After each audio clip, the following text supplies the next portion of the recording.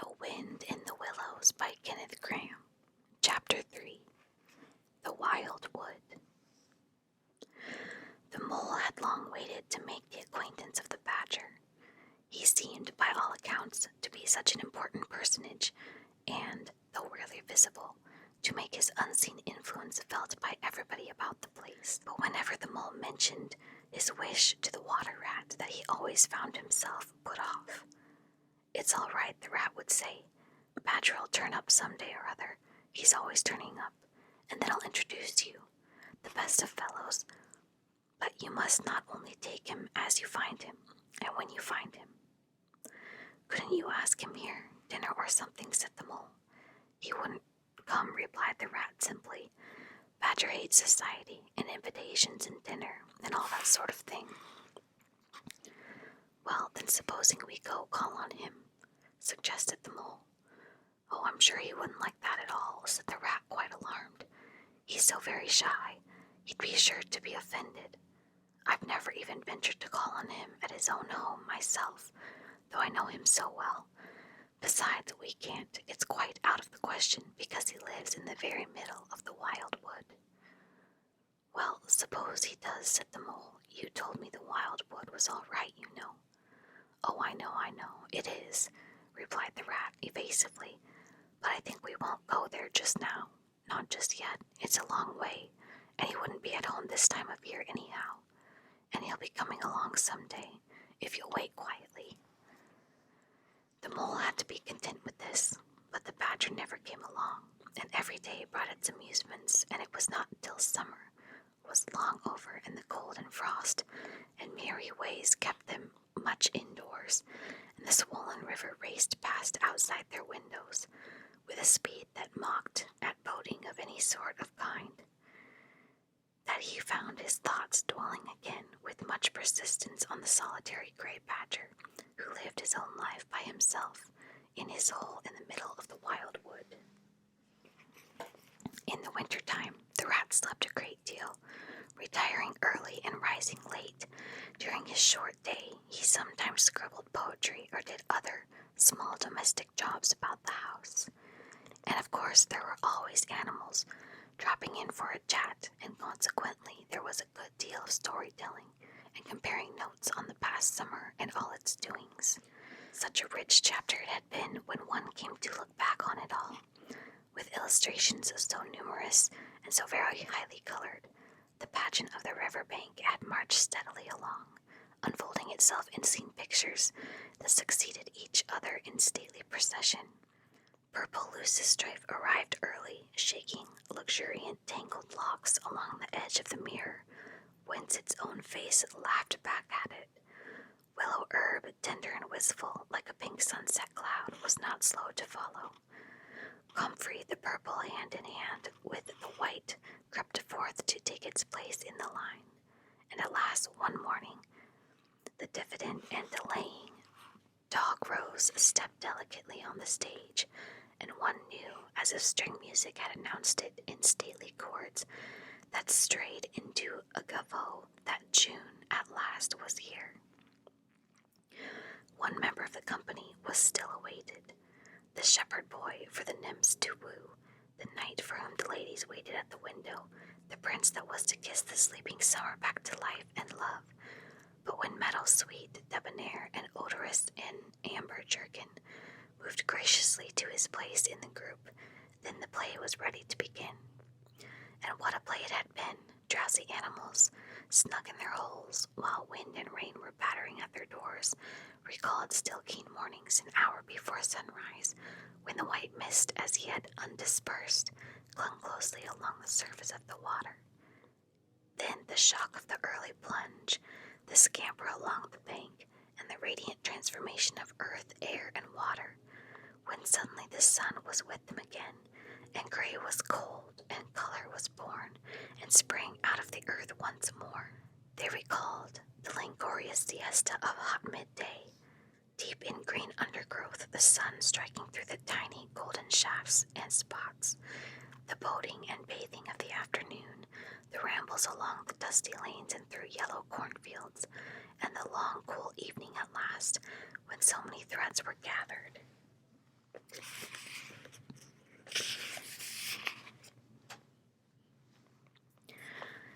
So many friendships rounded and so many adventures planned for the morrow.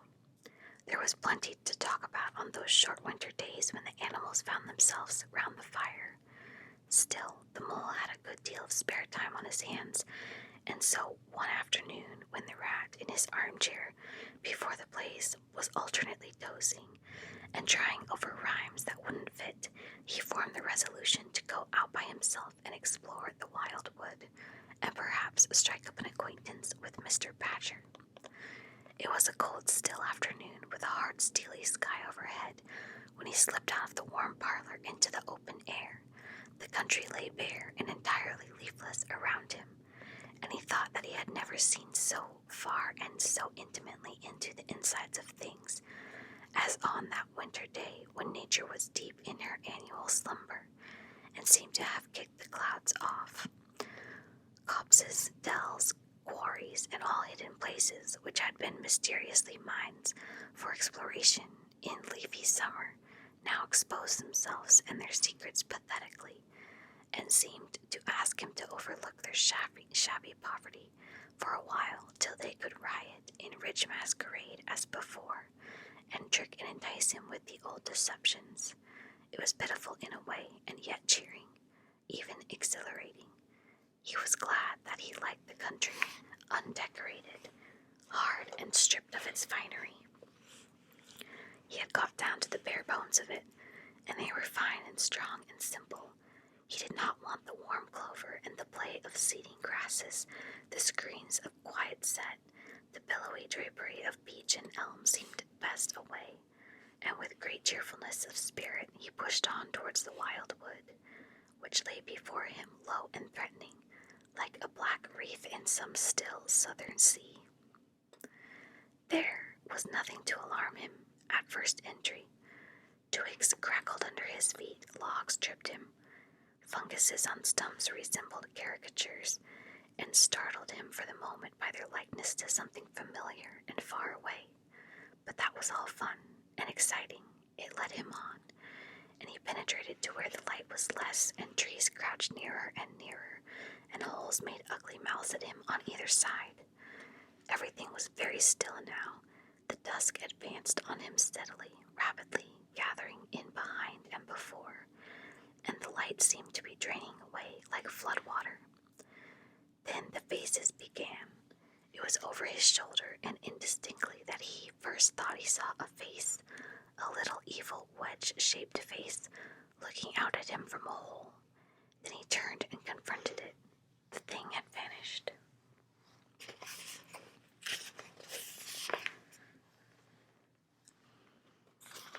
He quickened his pace, telling himself cheerfully not to begin imagining things, or there would be simply no end to it. He passed another hole, and another, and then yes, no, yes. Certainly a little narrow face with hard eyes had flashed up for an instant from the hole, and was gone. He hesitated, braced himself for an effort, and strode on. Then, suddenly, as if it had been so all the time, every hole far and near, and there were hundreds of them, seemed to possess its face, coming and going rapidly, all fixing on him glances of malice and hatred, all hard-eyed and evil and sharp. If he could only get away from the holes in the banks, he thought, there would be no more faces. He swung off the path and plunged into the untrodden places of the wood. Then the whistling began. Very faint and shrill it was, and far behind him. When first he heard it, but somehow it made him hurry forward.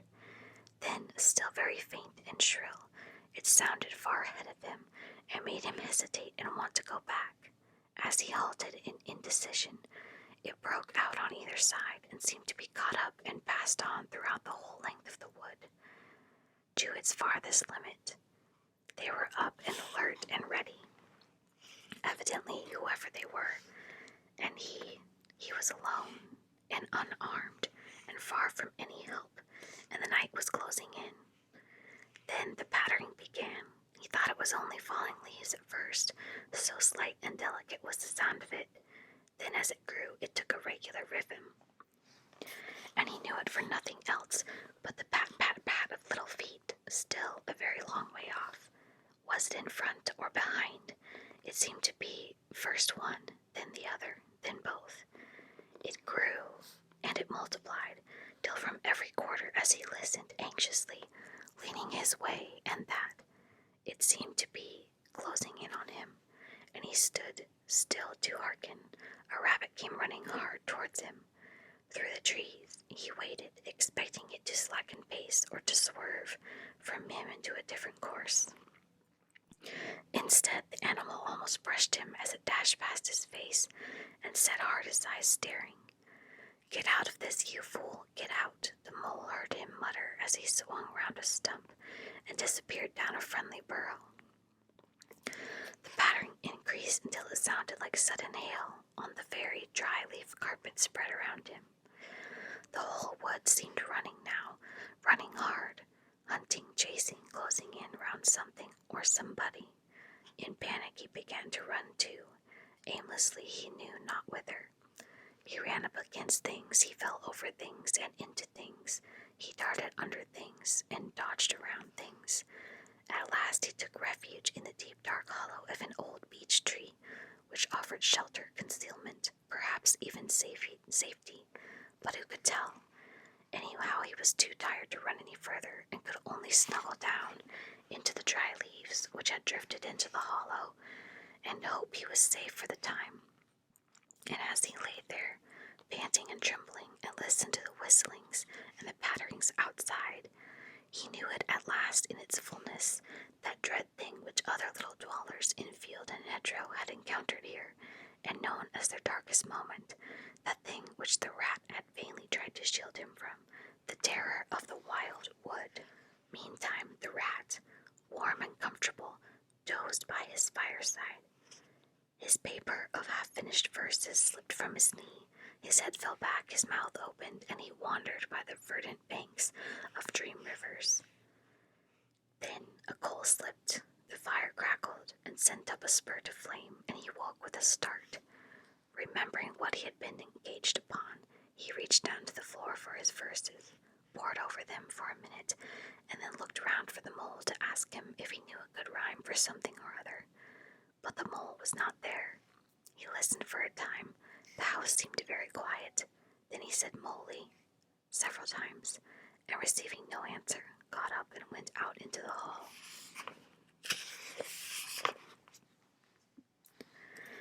The mole's cap was missing from its accustomed bag. His galoshes, which always lay by the umbrella stand, were also gone.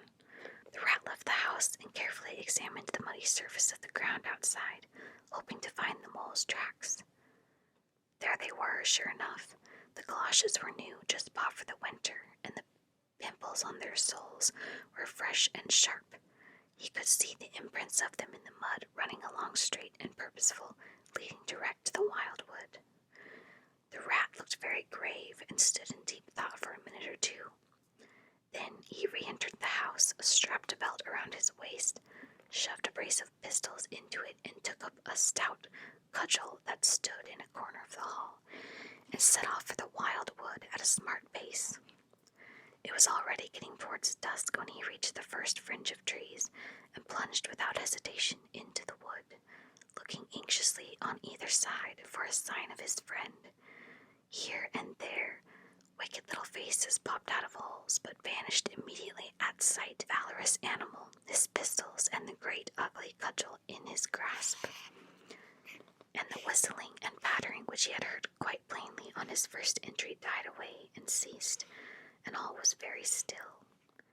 He made his way manfully through the length of the wood to its furthest edge.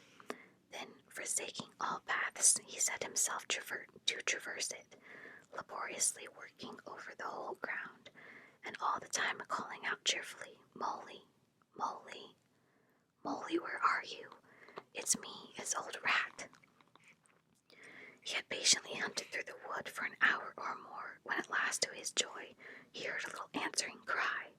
Guiding himself by the sound, he made his way through the gathering darkness to the foot of an old beech tree with a hole in it, and from out of the hole came a feeble voice saying, "Ratty, is that really you?" The rat crept into the hollow, and there he found the mole, exhausted and still trembling. "Oh, Rat," he cried, "I've been so frightened, you can't think." "Oh, I quite understand," said the rat soothingly. "You shouldn't really have gone and done it, Mole. I did my best to keep you from it. We river bankers, we hardly ever come here by ourselves."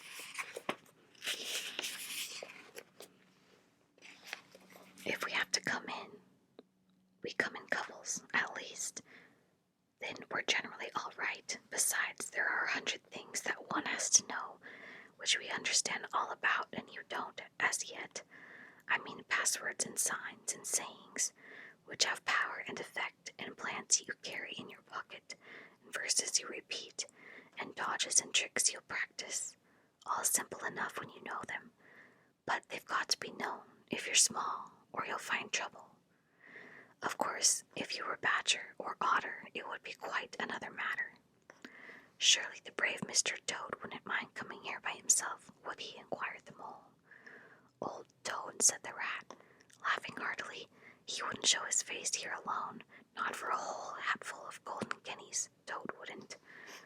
The Mole was greatly cheered by the sound of the Rat's careless laughter, as well as by the sight of his stick and his gleaming pistols, and he stopped shivering and began to feel bolder and more himself again. "Now then," said the Rat presently, "we really must pull ourselves together and make a start for home while there's still a little light left. It will never do to spend the night here, you understand. Too cold for one thing." "Dear Ratty," said the poor Mole, "I'm dreadfully sorry, but I'm simply dead beat, and that's a solid fact. You must let me rest here for a while longer and get my strength back if I'm to get home at all." "Oh, all right," said the good-natured Rat. "Rest away. It's pretty nearly pitch dark now anyhow, and there ought to be a bit of moon later." So the Mole got well into the dry leaves and stretched himself out and presently dropped off into sleep, though of a broken and troubled sort, while the Rat covered himself up too as best he might for warmth and lay patiently waiting with a pistol in his paw. When at last the Mole woke up, much refreshed and in his usual spirits, the Rat said, "Now then, I'll just take a look outside and see if everything's quiet, and then we really must be off." He went to the entrance of their retreat and put his head out. Then the Mole heard him saying quietly to himself, "Hello, hello, here is a go."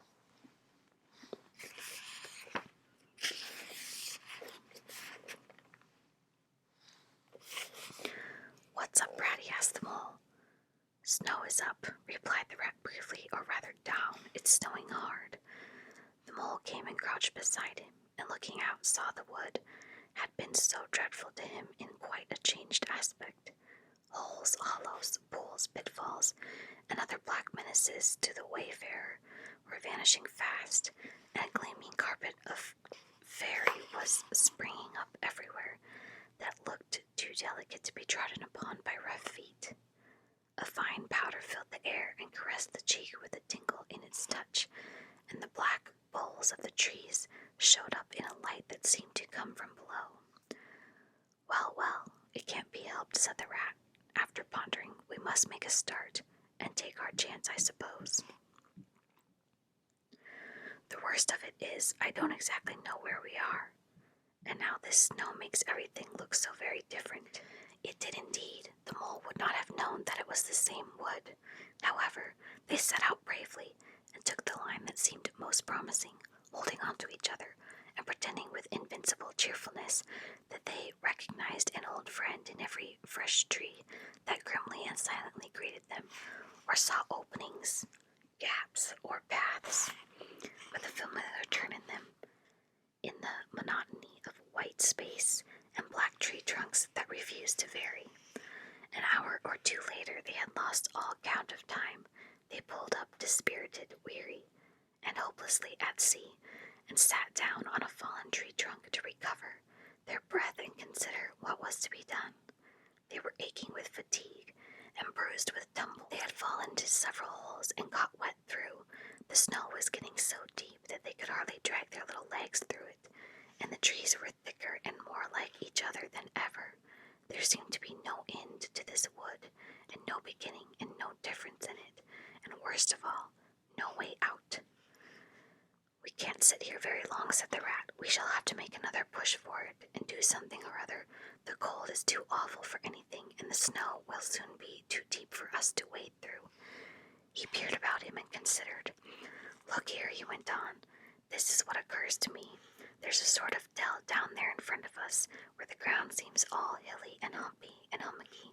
We'll make our way down into that, and try and find some sort of shelter, a cave or a hole with a dry floor, out of the snow and the wind.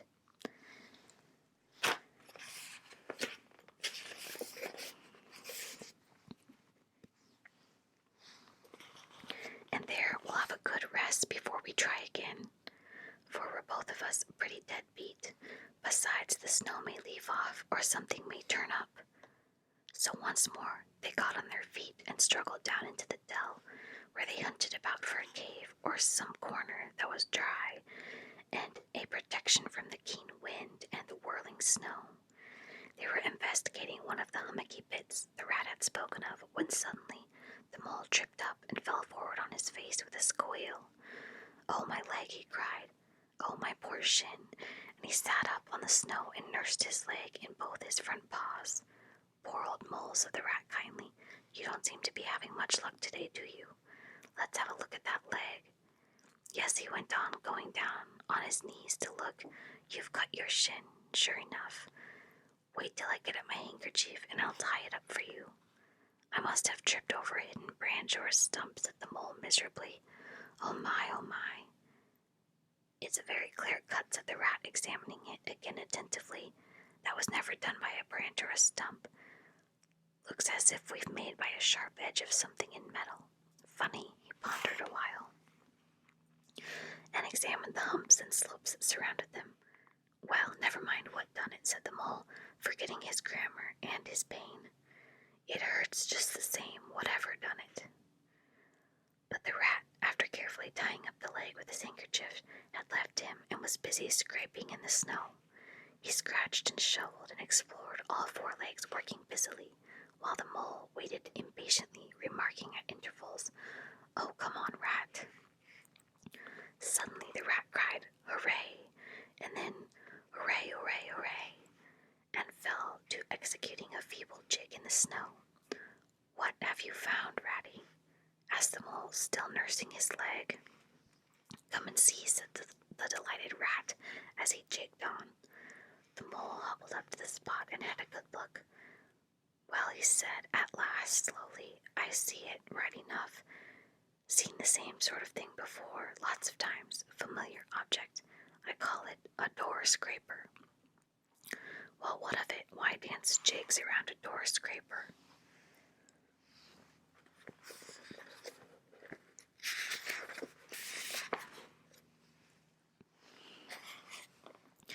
But don't you see what it means?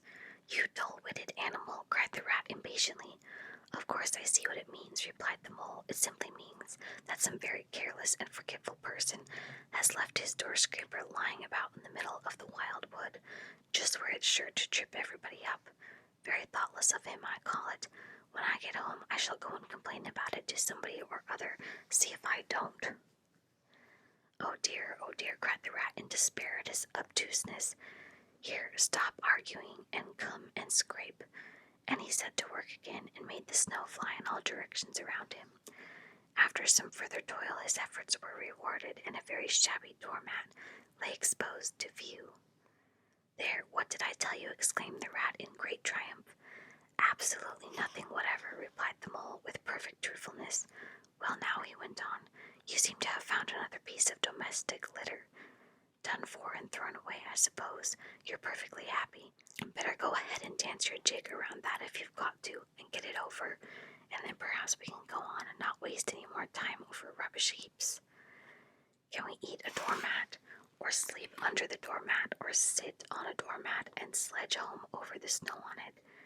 You exasperating rodent. Do you mean to say, cried the rat, that this doormat doesn't tell you anything? Really, Ratty, said the mole quite pettishly, I think we'd had enough of this folly. Whoever heard of a doormat telling one anything? They simply don't do it. They are not that sort at all. Doormats know their place. Now look here, you thick-headed beast, replied the rat, really angry. This must stop. Not another word, but scrape, scrape and scratch and dig and hunt around, especially on the sides of the hummocks, if you want to sleep dry and warm tonight, for it's our last chance. The rat attacked a snowbank beside them with ardor, probing with his cudgel everywhere, and then digging with fury, and the mole scraped busily too, more to oblige the rat than for any other reason, for his opinion was that his friend was getting light-headed. Some 10 minutes' hard work, and the point of the rat's cudgel struck something that sounded hollow. He worked till he could get a paw through and feel, and then the mole to come and help him.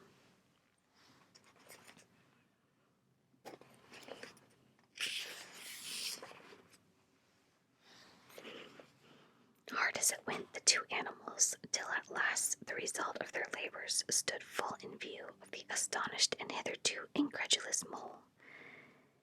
In the side of what had seemed to be a snowbank stood a solid-looking little door, painted a dark green. An iron bell pull hung by the side, and below it, on a small brass plate, neatly engraved in square capital letters, they could read by the aid of the moonlight, Mr. Badger. The mole fell backwards on the snow from sheer surprise and delight. Rat, he cried in penitence, you're a wonder, a real wonder, that's what you are. I see it all now.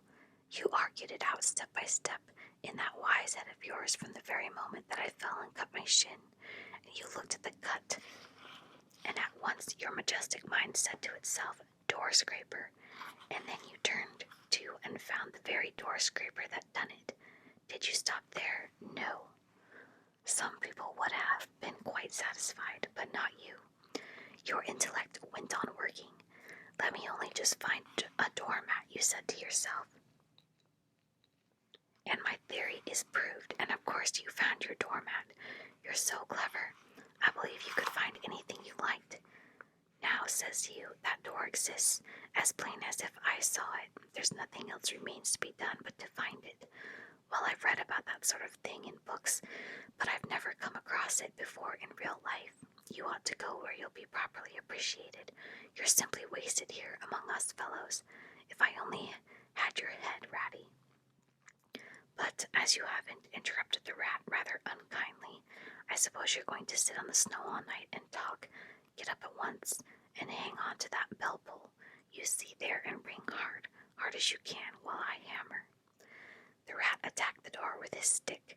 The mole sprang up at the bell pull, clutched it, and swung there, both feet well off the ground, and from quite a long way off they could faintly hear a deep-toned bell respond.